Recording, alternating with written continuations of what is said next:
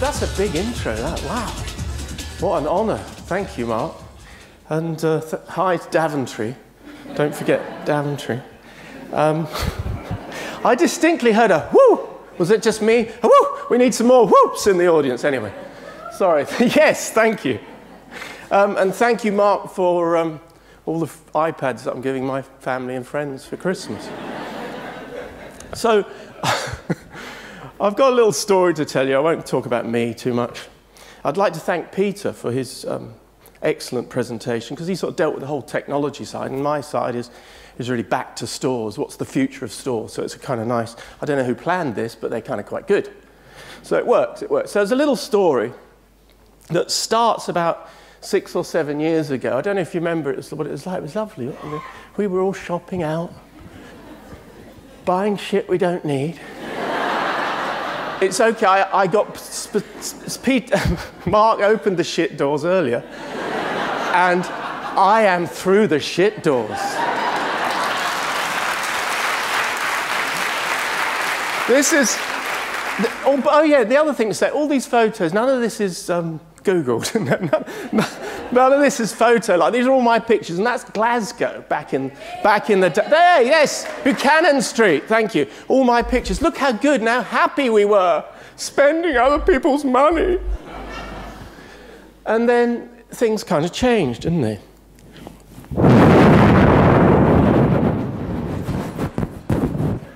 That was good, that. I didn't do that before. I've never done that one before.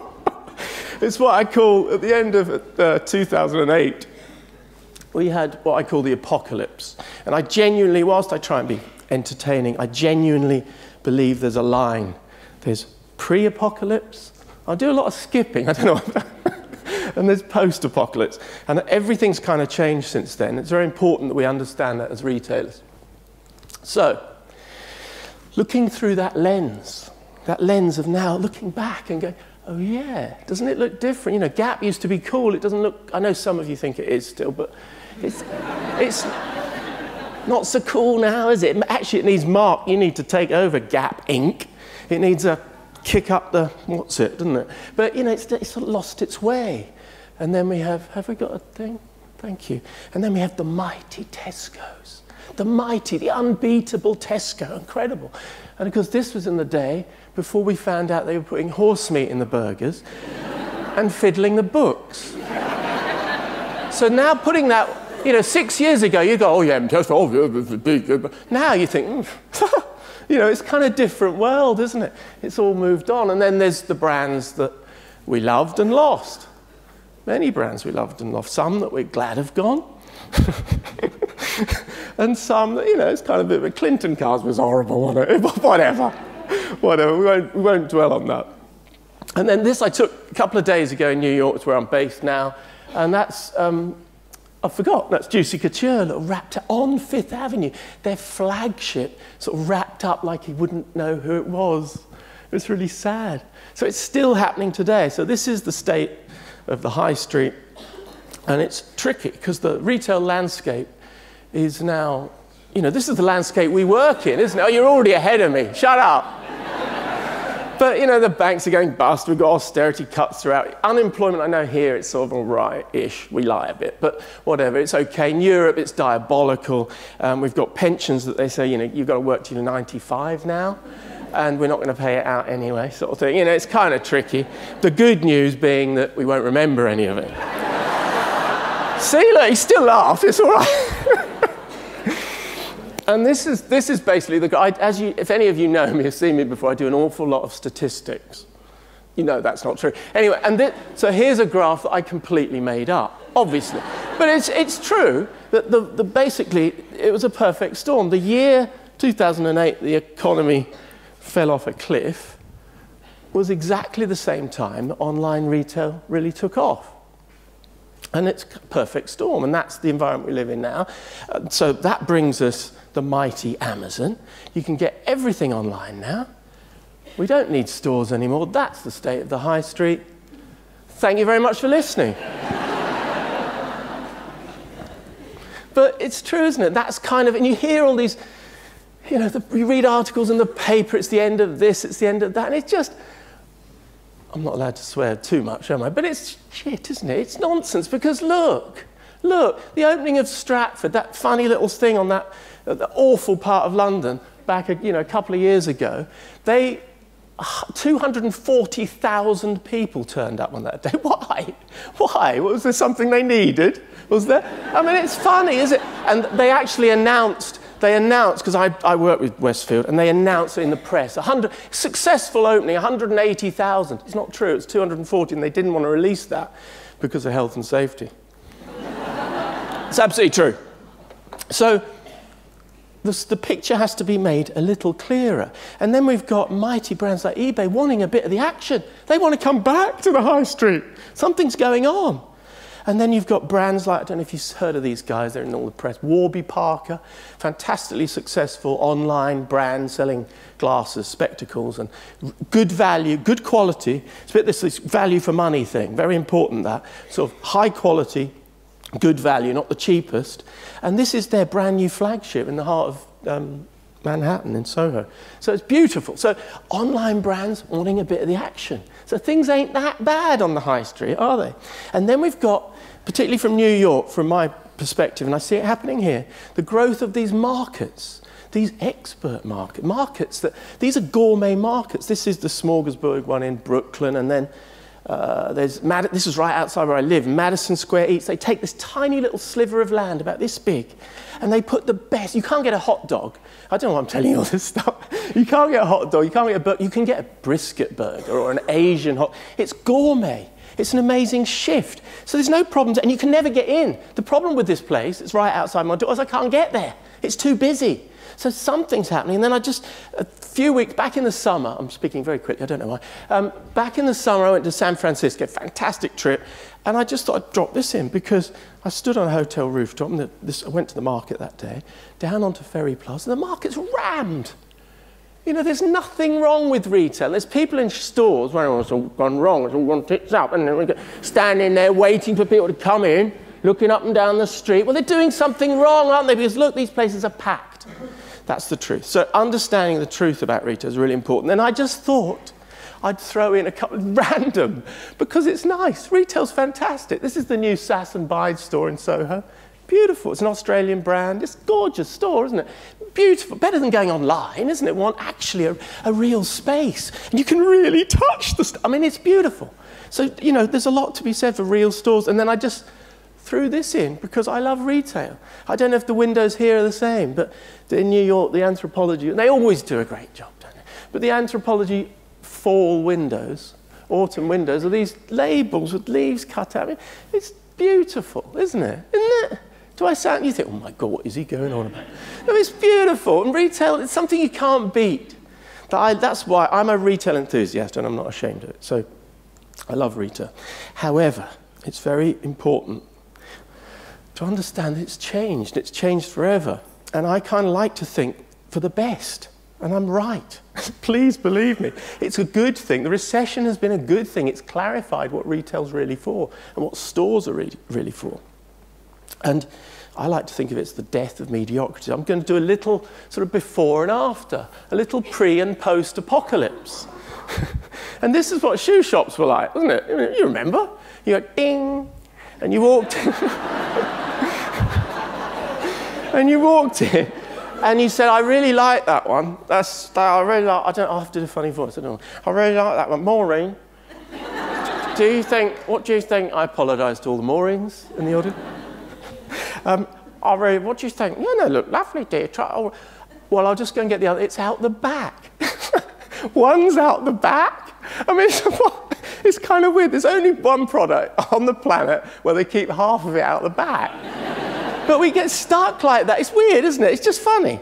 And this, you know, this is the new campus store, back to fit. There's a little sort of New York flavour here. I do travel internationally, but I kind of thought I'd bring you some of the stuff that's happening in Manhattan and elsewhere. So the new campus was kind of an art installation. Things have moved on. And then, it's lovely. Do you know, the trouble with showing, I've started doing this because the trouble with showing good stuff, people go, yeah, it's great, it's all good. Yeah, and they don't realise how shit it was. Sorry. But this is what, you know, okay, I've picked a bad one. But, you know, even the world of estate agents has changed. And now these guys will rip you off, you know. Well, they do. It's all that love. There's a Coca-Cola in the bar, and you help yourself to free Coca-Cola while we charge you 70 grand. You know, it's funny, but whatever. It's, you know, the world's moved on.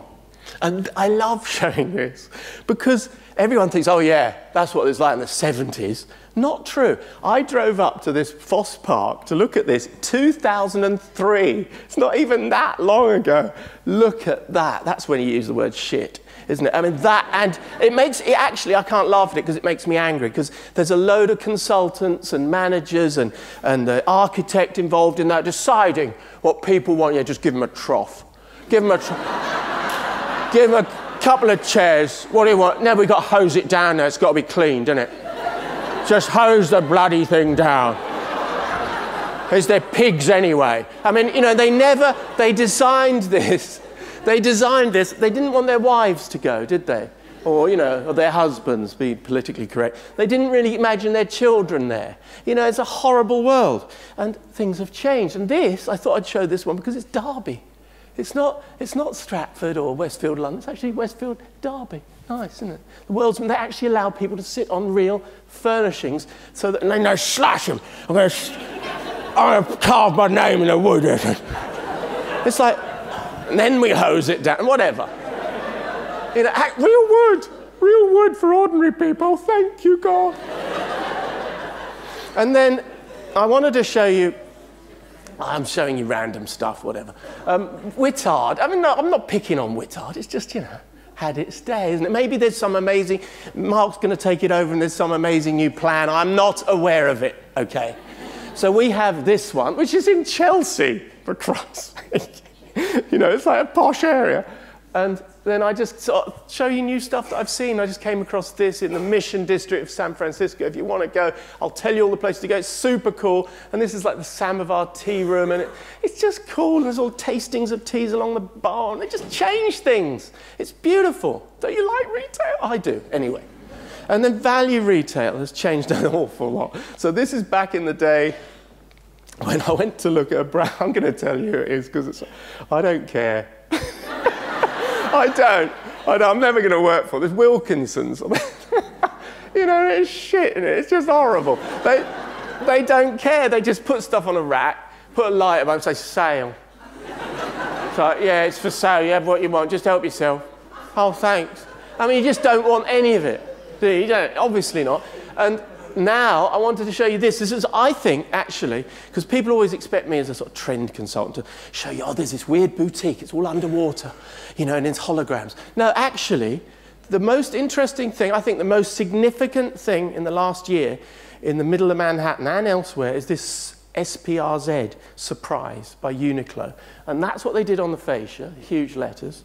And inside, on the second floor, it's a gallery. And it's a gallery space, in the middle of which is a Starbucks, you know, understanding your customers, all of that. And they sell limited edition T-shirts. They've done a link up with MoMA, you know, Museum of Modern Art, and they've got all these collections of Warhol and stuff. And then they've got a thing where they tell you what new artists are coming up. Anyway, limited edition T-shirts behind glass for $19.99. That's 12 quid. And that's value retail, that's changed. It's changed massively. And one of my long-term clients, Marks and Spencer's, who I love and kind of despise, because it's so difficult to get them to do stuff, but they do good stuff. You know, if I'd have sat there and said, yeah, you got to put all your T-shirts in this, all behind glass, I mean, they'd have had to be hauled off. You know, that's the truth. So things have changed. And understanding that is very important. Oh, this is the bar where you can look at upcoming collections. And, you know, this is a value retail shop. And then I stuffed this in because I saw it a couple of years ago in Santa Monica, because just to try and touch on your category. Restoration Hardware, which is a really cool furniture brand in the US. Their flagship's right opposite me in Manhattan. And this is their experiment with baby stuff, baby homewares and furnishings. And it's a gallery space. You know, the world's moved on. And it's basically, I was thinking about this, you know, it's very obvious stuff that when you're designing your stores, I mean, they're not really designed for kids, are they? They're designed for adults the way that adults want their kids. I mean, it's kind of, there's a different shift. And these guys want to be cool. So they're designed for, you know, cool adults who want to have cool kids, little hipster children with funny beards, even though they're only 2. You know, they want that. And it's also, the colour's gone, the colours, all the pastel colours has been stripped out, and it's all sort of duck canvas and all raw. And I'm not saying this is the future. I'm just saying there are brands out there doing interesting things in your category. And, you know, they dress the bedrooms, and you kind of, you know, it's cool. Isn't it? Nice, isn't it? Well, I like it anyway. So, the truth about trends, he says, swigging on his water. I had eggs this morning for breakfast. It's a big mistake. I don't know what Hong Kong are going to think of this thing. Or Daventry, for that matter. The reason retail's changed, it's a really simple thing. People say, where do you get your trends from? Where do you get all your ideas? Where do you get that? Well, it's us. We're the ones who've changed. And that's the critical thing, understanding that it's us. It's our attitude, it's the way, that lens that makes you see Tesco and Gap in a different way. It's happened in here, understanding that. So I just wanted to explain that after the bomb went off, you remember that? You remember the bomb? Well, we're trying to reconfigure, aren't we? We're resetting. Why am I sitting down? We sat round the fire, didn't we, after the apocalypse? We're trying to reevaluate things. And, you know, we can't trust the banks. We can't trust politics. I mean, genuinely, I know I make this funny, but think about it. We don't trust the banks. We don't trust those big brands. We don't trust politicians. We don't trust the police. There's been a lot of stuff like that. There's a huge increase in the numbers of complaints to hospitals and doctors and nurses, and we've got cameras watching. We just kind of lost trust. We certainly can't trust BBC DJs. And it's always nice to get the old Savile one in front of a Mothercare audience.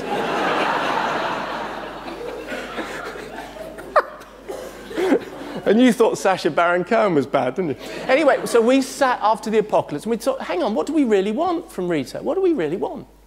And we got Will Smith running around sort of leather thing and a machine gun. You think I'm mad, don't you? It's all right. And he's running around, and Tom Cruise is semi-naked and smeared nicely with oil in the right bit, and he looks really good. And it's the burning cinders of the cities. And we literally sat around and we said, what do we do? What do we want? What do you do? Well, I'm a doctor. Brilliant! Brilliant. Do you know anything about doctoring? Yes, I'm fully brilliant. You can be our doctor. And then what about you? Let me check. Well, I bake bread. You're a baker? Yes. Yeah, look at me. I'm covered with flour. It's fantastic. Do you really know about bread? Yeah, well, you can be our baker. This is brilliant. We're going to get a whole gang together. We're starting again. We don't want the world in which bread has come in via Tesco's, via China, all wrapped up in some plastic things, magically appear. We actually want real bread now. We want the real thing. And you've got to understand, this is the shift. So if I said to you, see, I'm just going to sit here the rest of the time now. If I said to you, oh, I want the shirt for Christmas. No one says that, not in the developed world. We go, yes, no, I'd really like a shirt. Really? Do it? What? Yes. What? Any? No, I just want a shirt. I love shirt. I mean, it's just never going to happen. You want the shirt, don't you? You've read about it. You've looked at it. You kind of, yeah, that's the one. It's a bit expensive, but that's the one I want. If I said to someone, what do you want for a watch? I'll just have any watch. Yeah, any watch, as long as it tells the time. No, you want the watch, don't you? So it's shifted. A massive shift from the, not a, the. That's what we want now, and we want you guys to know, we want you guys to know what it is you're selling. It's a very basic thing. So back in last year, there I was doing one of my little trips to Washington, and I literally parked the car and turned around, and there's this queue. They don't call them queues anymore. I have to keep saying line. It's weird, isn't it? There was this huge line, sort of a quarter of a mile long, for cupcakes, for Georgetown cupcakes. Now, understand that nobody woke up that morning and thought, do you know, I fancy a cupcake. Do you? Yeah, well, why don't you get one from the corner store? No, they do cupcakes just here. You just go down the corner. No, I want the cupcake, don't I? That's the point. And that's what these brands are doing. They're understanding you want the, not, I don't know why you're laughing. This, I thought I'd put a wild card here, because this guy, He does the best burger in London. And you know I'm lying, don't you? You know I'm lying because he does pizzas, kebabs and burgers. Well, he can't do any of them very well, and we know they're all shit, don't we? That's the truth. And you can't, you've got to be an expert now. You've got to be a specialist. It's really simple, and I'm trying to educate you all and hammer it home with my evidence, which is, you know, look at the reality out there. This is a rising brand in New York called Meatball Shop. And what do you think they do? Yeah, they do meatballs. So even if they didn't do very good meatballs, you'd think, oh, it's got to be good, hasn't it? They only do meatballs. You can't say, oh, can I have egg and chips? No, you can't. It's just, they're a specialist. And that's the future now. You can't really expect people not to be a specialist. And just running around, I just thought, it's lovely. You know, what I find funny, I could talk for hours about all this stuff, really, but what I find funny is that there's loads, I'm not in retail. I'm just a commentator, hovering around, flying above, just being rude about it. But the truth is, there's people in retail that don't know anything about it at all. And that's kind of amazing, isn't it? Yeah, we do phones, we fix phones, and we do body oil. I mean, it's just weird. Massage, get your phone, I don't know. I mean, it's just weird, but they're in retail, I'm not. So, the fundamental shift as we cross that line is I'm laughing. We only trust experts now. So you've just got to be one. That's number one. So things to write down. I'll test you. No, I'm joking. We only trust experts now. And the thing about being an expert, when you get the doctors, you don't expect him to go, well, I don't know what it is really. You could try a couple of things. There's a whole load of medicines. I've never thought about this before. It was all off the cuff. There's a whole load of medicines up there. You could try some. And we've got a whole... No, I know what you've got. Yeah, you've got that ailment. I know. There's the aisle for all the ailments. You can just go and help yourself, try a few drugs, see whether they work. You know, no, you want him to say, this is it, don't you? You want him to say, no, this is the one. Try this, and it'll solve it. So back in the day, a good old ex-client of mine, Dixon's, and that's what electrical retail looked like. Yeah, we've got electrical. What do you want? We've got it all. And then now this is that world, isn't it? We don't need, everyone uses the same examples. It's great. I like the way these presentations come together. But one of the things Apple does is kind of religious because, well, they kind of say, this is it. This is the one. You say, oh, because you're in this world, this mire of laptops and phones, and I don't know which one because they're all going to connect to Facebook and Google, and I don't know what to do, and it's all so complicated now. And you want someone to come along and say, this is the phone for you, the iPhone. Thank you, Jesus. Thank you. That's what they're doing, isn't it? That's what they're doing. It's not, oh, yeah, no, we've got a fantastically efficient product at a good value. No, they're just cutting through the mire and going, this is the one. You know, this is the one you need, my child. Oh, thank you.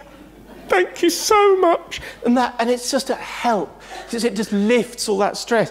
That's really what they do, I believe. They're telling you. They're telling you. Just like meatballs are telling you. You have to tell us. You can't just have loads of stuff. You've got to tell us. You're an expert. Tell us exactly which one you want us to buy. It's really simple. The parallel, the analogy runs right the way through. So here's a display. I can't even remember where this is. Some sports shop, still, whatever. And do you know what? There are loads of people worked on this and display people. It's all fine. I purposely picked an example that isn't shit. Okay, I purposely, yeah. There's a load of stuff there, isn't it? But I don't know what to buy. Still, it's not helping me. And then you see how Nike do it, and you say, oh, and I've never played football. I know it's surprising. I've never kicked a ball in my life. In fact, when my son, he's now 25, but when he was this old, I thought, I've got to, and I stood in, I'm just telling you stories. I stood in the garden and sort of kicked a ball, and it bounced off his shin, and that was it. And I think, yeah, well, at least I tried. So I've never kicked a ball, but I was looking at these going, you know, I quite fancy a pair. It's true, because that's how retail works. You have to say, this is the one. You have to reach out and tell us. And just to show that I had a look, because in Union Square opposite me, Babies R Us, yes, they're mighty big, but they're also pretty bad. And there's an awful lot of stuff. I mean, this isn't the worst thing in the world, but there's an awful lot of pushchairs. And you just wander into this space. Pushchairs. I mean, what are you supposed to do with that information? You need you guys to help us explain. So, we now move into a new era.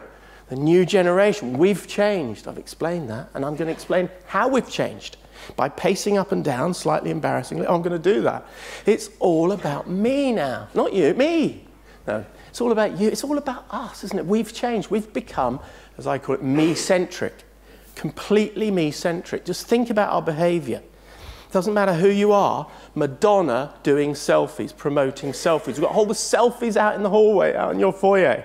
It's the new era, isn't it? We, the customer, we survived the apocalypse. Will Smith, you remember all that? We survived.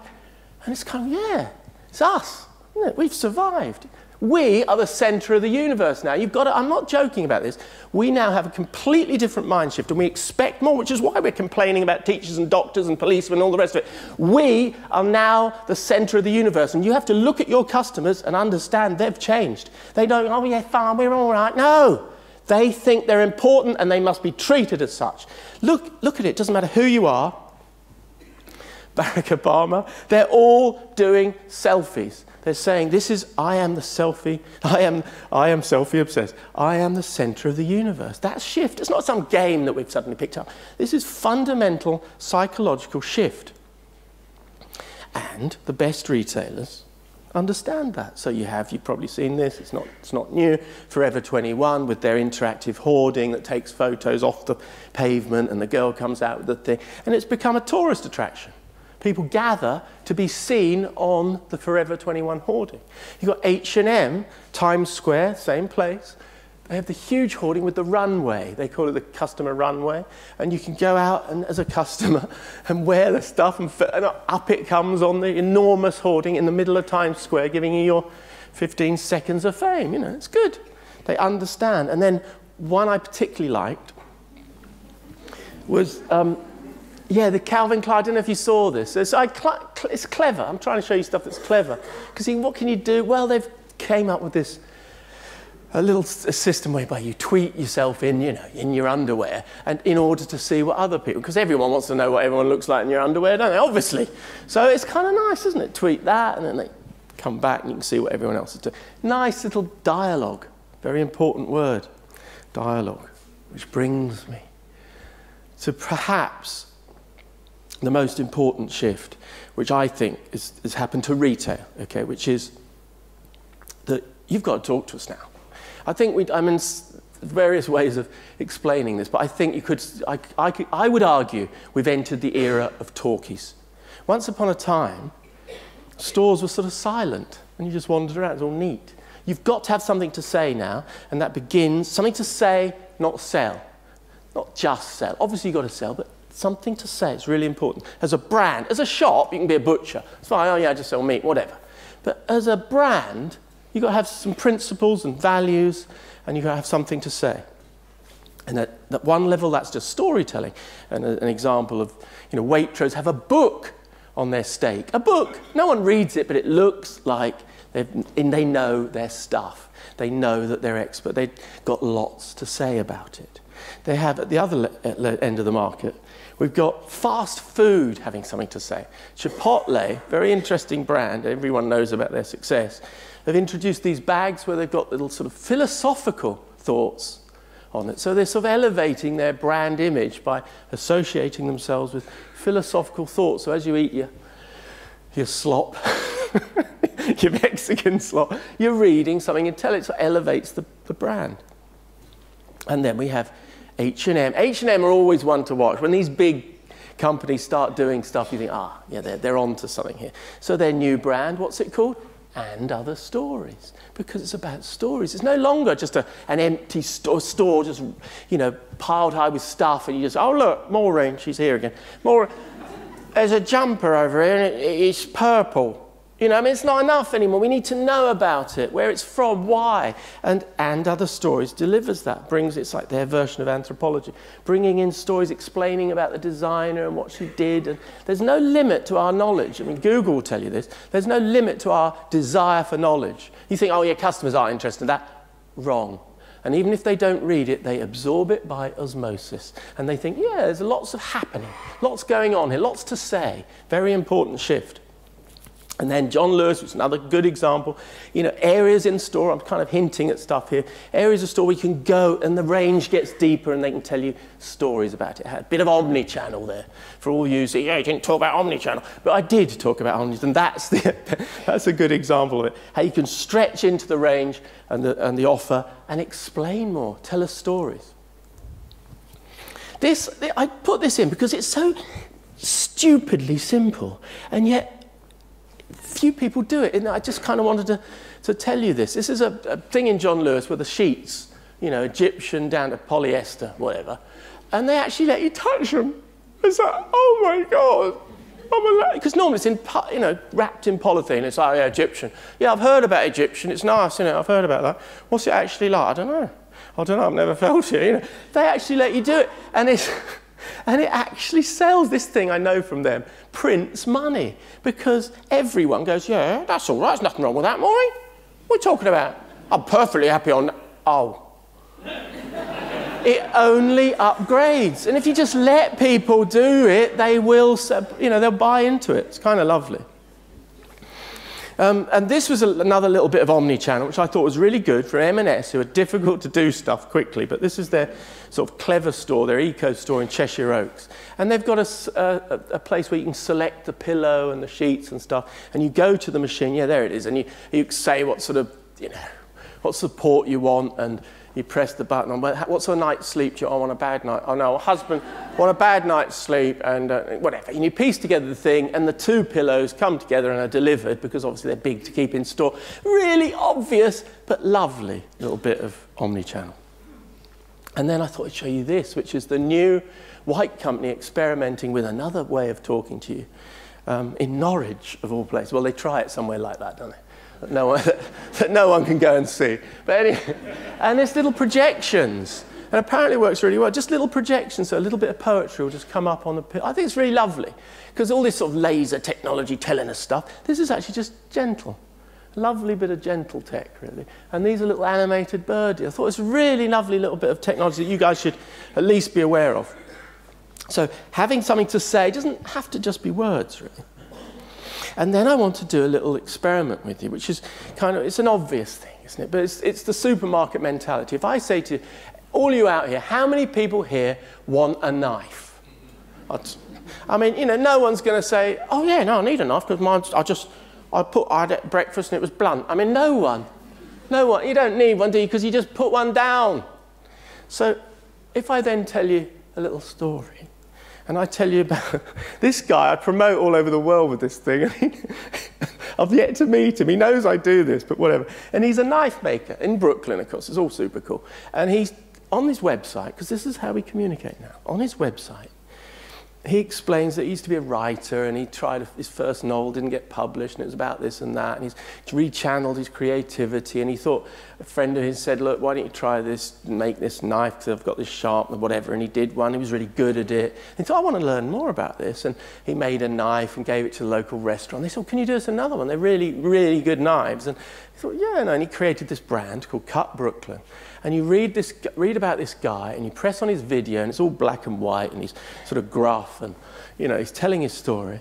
And then he says, and this week, it's been a tricky week because it rained a lot, and my mum was sick, and all that. It's all very much like that, a little blog. And he said, this week we've got, you know, I've done 2 knives, and there's the couple left over from last week, and that one's sold. And it's an ebony-handled 6-inch stainless carbon, with stainless steel pins and da-da-da, $650. And you want one, don't you? You immediately go, yeah, I want a knife. Can you get me one? And the amount of people, I do this thing, you know, show this in presentations, the amount of people who come up to me, you know, afterwards, what's the name of that website? Because I want one of those knives. It's true. You've got to tell the story. There's got to be some emotional connection, and then we want it. So, rattling through and relax. A question. It's an obvious question. But what is everyone doing? What are they all doing? What are you all aching to do right now? No, not go to the loo, no.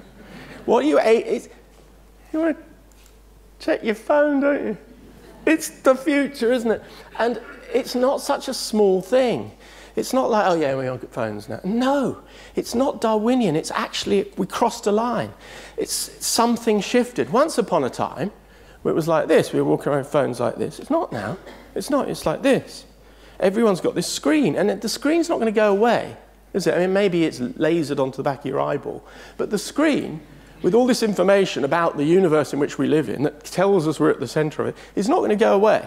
We think it's going to be, something going to replace it. Yeah, the bouncing ball screen. No, it's going to be a screen, isn't it? And we're going to have it projected somewhere, and we're going to be on it the whole time, from now onwards. So there was a line. Look, have I got the graph? Yes, this is back to my made-up graph. And it's absolutely true. The economy fell off a cliff. Online retail took off. And the first iPhones, 2007, the proper smartphone, 3G, 2008. And since that time, everyone's just like this. Everyone's just walking around, connected. I want to be connected. That's the point. That's where they live now. It's not that they're hiding away from the universe. They're trying to get into it. It's more interesting up here. There's more stuff going on. And it doesn't matter what you do. There's got to be a way to have a dialogue. I know this is what you've addressed earlier, and it's brilliant. And you don't need me to get involved in that. But what's kind of interesting, I can just show you what I think's good. Even a pizza company can have a bit of a dialogue by saying your pizza's this far, ready and ready for pickup. Builds the line builds. That's kind of interesting. One of the most interesting I've seen out there is Topshop, where they ask you, or your teenage daughter, to be the buyer. And what you're doing is, it's great because she can actually comment on stuff and adjust colours and change things. And all that data pours in and it helps them shape the range, or not, as however they want to do it. But they've got the data. And what a fantastic relationship where your customers are actually shaping the range. That is a proper dialogue. And the cleverest one I know of, I'm sure you guys will know a few cleverer, but here's my cleverest one. Nike, they're clever, aren't they? They've got lots of clever people in there. They have an app, which is a running app, which tells you, when you run, obviously the thing, the wristband thing, whether it's your phone or whatever, it tells you how fast you're going, knows your weight, knows all your details, knows everything about you, knows how far you went, can plot the journey, show the whole thing, and then publish it in store, in the Nike running store on Fifth Avenue, where they publish, if you want it, you can publish it and compete with all your friends and colleagues at work, and then they do events. And they do, I saw them the other day unloading a load of special shoes that they were doing some event, and everyone was setting off from the Nike store doing a run. It's a totally different retail experience. They've created a thing you want to join, haven't they? So, the truth is that we've shifted, and we're desperately, we're not looking in the phone because we want to escape. We're looking because we desperately want contact. We want to reach out. We want a little conversation. And too many stores are just silent. I saw this. Free conversation. People are aching to have a little conversation, a little dialogue, to reassure them that they're at the center of the universe. Does this make any sense? Hopefully. So, this is my famous quote of the day. If a customer is in your store staring at their iPhone, it's because your store's not talking to them. And that's the truth. I read a lot of Steven Pinker, and it's just, I was talking about earlier, we're ultimately very logical species. If your son would rather play computer games than sit at the dining table and you can moan at him all the time about, it's outrageous, kids these days, the truth is, it's more fun what he's doing. And when he sits at the table with you, you're probably nagging him a bit and telling him he should eat healthily. We're very logical. But if you then say, try and pick a brand that, I don't know, Restoration Hardware, Abercrombie & Fitch, I don't know, Disney. There aren't that many customers standing there just staring at their phones. And there's a whole new behavioural aspect that's come into being from staring at the phone. It's like an escape clause. You're boring? Out it comes. There's several of you out here doing it now. Thank you very much. So, I've got to move quickly now because I've so much to tell you. So, if you ever get consultants come up here and say we're time poor, just don't believe it. It's rubbish. It's just not true. Every year they say we've got, we're spending 14 hours online and we're doing, we're spending 3.6 hours on Facebook. Well, there's still only 24 hours in the day. The day didn't get any longer. So it's not that we're time poor. It's that we're time precious and we prioritize where we spend our time. This is very important. And I say stores are dead, clubs are in. I've just explained that with Nike. What's a store? A store is a store, isn't it? Where they store stuff. Just stuff. Loads of stuff. We've got a club is something that engages you. And that's the shift. We've moved from stores to clubs. And if you think about what Starbucks, they've done quite well. I mean, I think they do quite well. 13,000 store, 26, whatever it is. Starbucks, I say, don't really sell coffee. Controversial.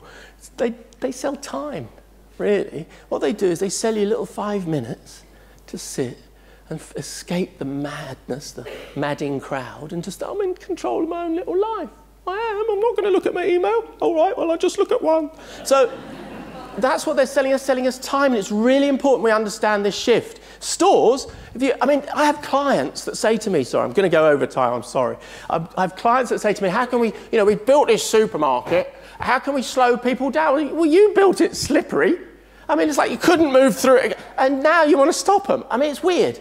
You're in control of your own environment. And you look at Apple, the reason I show this is because people are hanging out. That's what they're doing. They're not rushing, armfuls of boxes rushing around. Yes, take me to... No, that's the truth. The truth is they're hanging out. And the clever brands, this is the brand new Club Monaco, huge new investment gone into it. They've upped the range. They've got new designers in. They spent more on that store than I've ever seen. Most expensive shop fit I've ever seen. And what do? They weave in the coolest coffee brand, which is really important for you guys. So when you do partnering, I've got to say all these things, you see. So it's not just having a coffee, we've got coffee, so over there, help yourself. No! It's got to be cool, hasn't it? It's got to be a brand that's right for you, for your demographic. And that's what they do with their Toby's estate, which is really cool, from Melbourne and via Brooklyn. And then look what they do in the fashion department. They've put Strand books. Isn't it funny how these brands come up in all these presentations? It was touched on earlier in the Google thing. And look what they do. It created a bookshop to slow people down. And I genuinely took that picture last week for you guys, and there genuinely were 2 customers sitting there using the space. You've got to slow people down. It's Einstein time. You've got to slow them down, create a club. That's what Rafa London do. It's a cycle club. You hang out, you drink coffee, and you talk bikes. That's the future of retail. Understanding that you've moved from stores to clubs. And there are other ways of being a club, being a real club, and like Birchbox does, where you get a little present delivered. And that's a dialogue, isn't it? Because it's an opportunity to say something. You guys should be doing all of this. Okay, I've got to move real quick. We've changed. We're the centre of the universe. We've got to feel special. Why is that important? Where does this manifest itself? Well, the rise of bespoke. I was talking about that to someone earlier.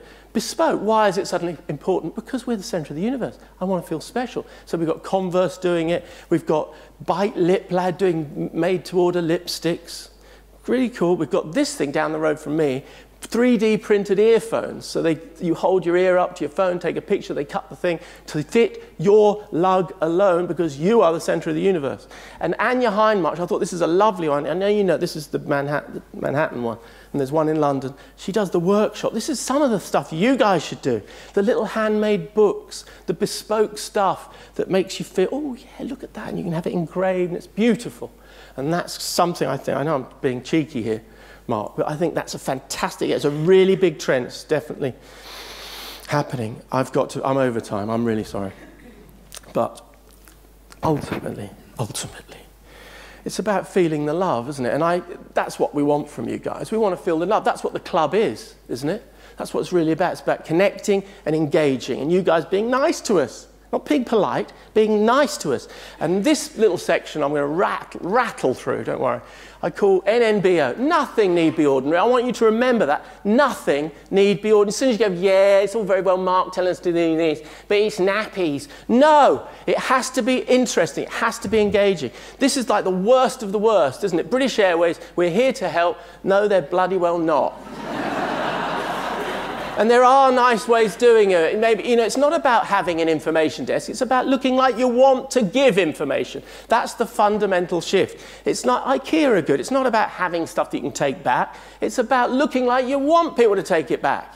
It's not about having a baby. Yeah, you can go, see the brown door? you can go in there and hose the little thing down. No, no, it's not about having it. It's about looking like you want to give it. There's lots of small, little, tiny gestures that help us fall in love with you. Finally, technology, which I didn't touch. I could do a whole rant about it, believe me. Technology, look, in the future, we'll be able to walk into Apple and point at something and it's going to be delivered at the bloody door. We know that, okay? It's going to get easier and easier. The point, giving you these remote devices, getting rid of the cash till, please pay here, it's not about, oh, it's super efficient. It's about engaging with the customer. It's about a chance for you to get close to them. That's the point. So you can build a relationship with them. And my final, very quick example, Uber.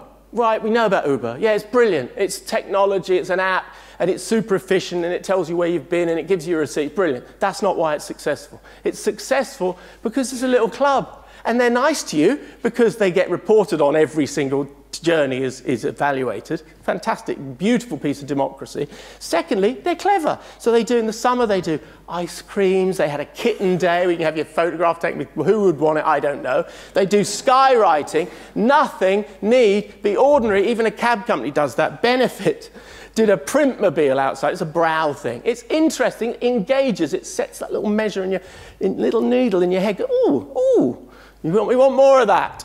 So, Magnum at Selfridges, I took my daughter in, she had the Magnum made for it. You know, it's lovely, isn't it? A little bit of love, a bit of engagement, and suddenly we love the brand. Could have just had it in a fridge, but we wanted to make our own and pay silly money for it. It's obvious. Silly, stupid things, Aesop just sent, but they do these noses on the window. And I thought, this is one for you guys. You know, yeah, I don't know if you're thinking about doing a florist and stuff. It's got to be it's kind of associated in your business.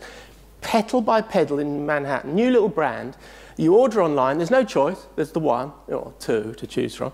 They come in those trendy little jars, and the guy turns up on a sort of penny farthing, you know, modern penny farthing with a little rack and all these jars in it, and presses the apartment behind, petal by petal. It's cool, isn't it? Suddenly you feel nice about flowers. But anyone can order flowers, but suddenly there's a little brand that's what makes it sexy and engaging. That's what I love about retail. And this I've thrown in at the end.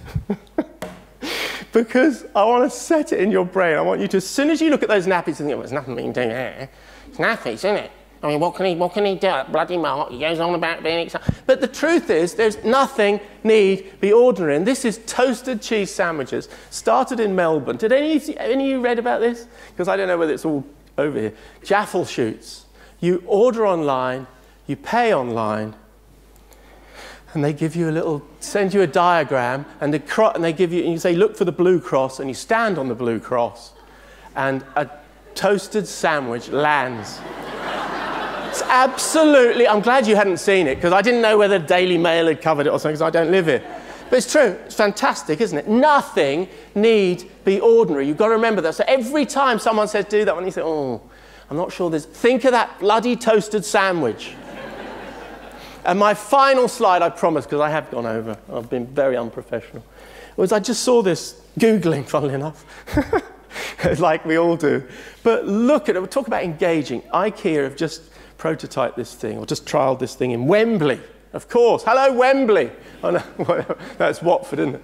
And it's a mirror, very similar. They're both shitholes. Anyway.